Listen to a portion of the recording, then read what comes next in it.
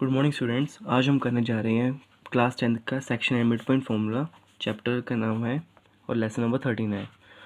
Section and mid point क्या होते हैं? वो पॉइंट्स जो एक लाइन को डिवाइड करते हैं इक्वल पार्ट्स में, उसको हम बोलते हैं सेक्शंस। अगर सपोज मैं एग्जांपल दूं, अगर ए पॉइंट है और बी पॉइंट है, अगर मुझे वैल्यूज़ गिवन है 4,5 और बी की वैल्यूज़ गिवन है हमें 6,3, तो कह रहे हैं कि जो लाइन की हमारी रेशो गिवन है, अगर सपोज कहें कि 2:3 है, तो बताओ मेरा जो मिड पॉइंट है इसका या फिर सेक्शन है वो कितना होगा। दैट मीन्स कि हमने इसका एक्स एंड वाई निकालना पड़ेगा। तो फिर अगर पहले हम फॉर्मूले की बात करें, वो फॉर्मूला होता है, अगर सपोज हमने ये सपोज एग्जांपल पी ही है, पी के हमने अगर कोऑर्डिनेट्स निकाले हुए,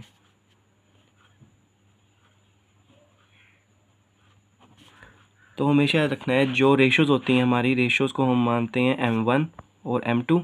जो हमारा फर्स्ट पॉइंट होता है उसको हम कहते हैं x1 and x2, x1 y1, and second point को कहते हैं हम x2 and y2।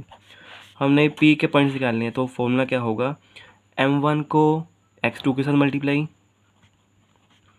Add up करना हमने m2 को x1 के साथ मल्टीप्लाई, m2 x1 अपॉन जो रेशियोज है उनका sum up m1 plus m2। ये हमारे फाइंड हो गए पॉइंट्स x के।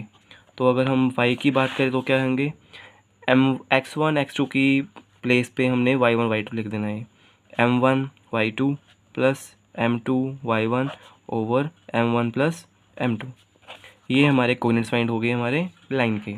अब उस पर अगर हम इस एग्जांपल की बात करें तो फिर पॉइंट्स पी के क्या होंगे, तो हम लिखेंगे coordinates of P will be equals to m1 हमारा क्या है 2, 2 6 12 plus m2 x1 3 4 again 12 divide by ratios कितनी है 2 प्लस 3, कोमा लगाएंगे हम y फाइंड करने के लिए, 2 3 6 प्लस 3 5 15 ओवर 2 प्लस 3।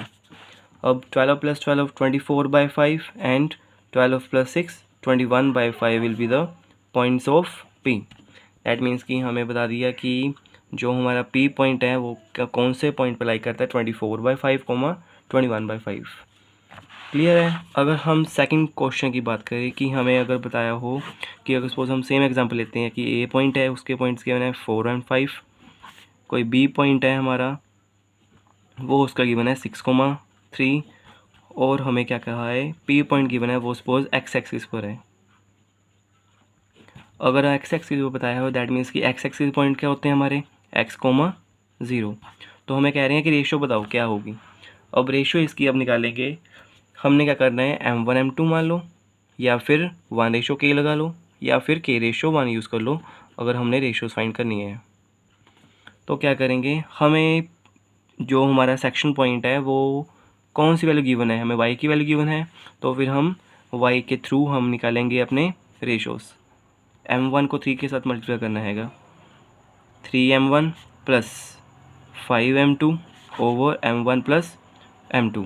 तो अगर हम क्रॉस मल्टीप्लाई करें 0 आएगा, 3m1 plus 5m2 will be equals to -3m1 equals to 5m2। अगर हम m1 अपॉन m2 लिखाएँ तो क्या होगा 5:3, बट कभी भी पॉइंट नेगेटिव में नहीं आता है, पॉजिटिव में आता है। ओके।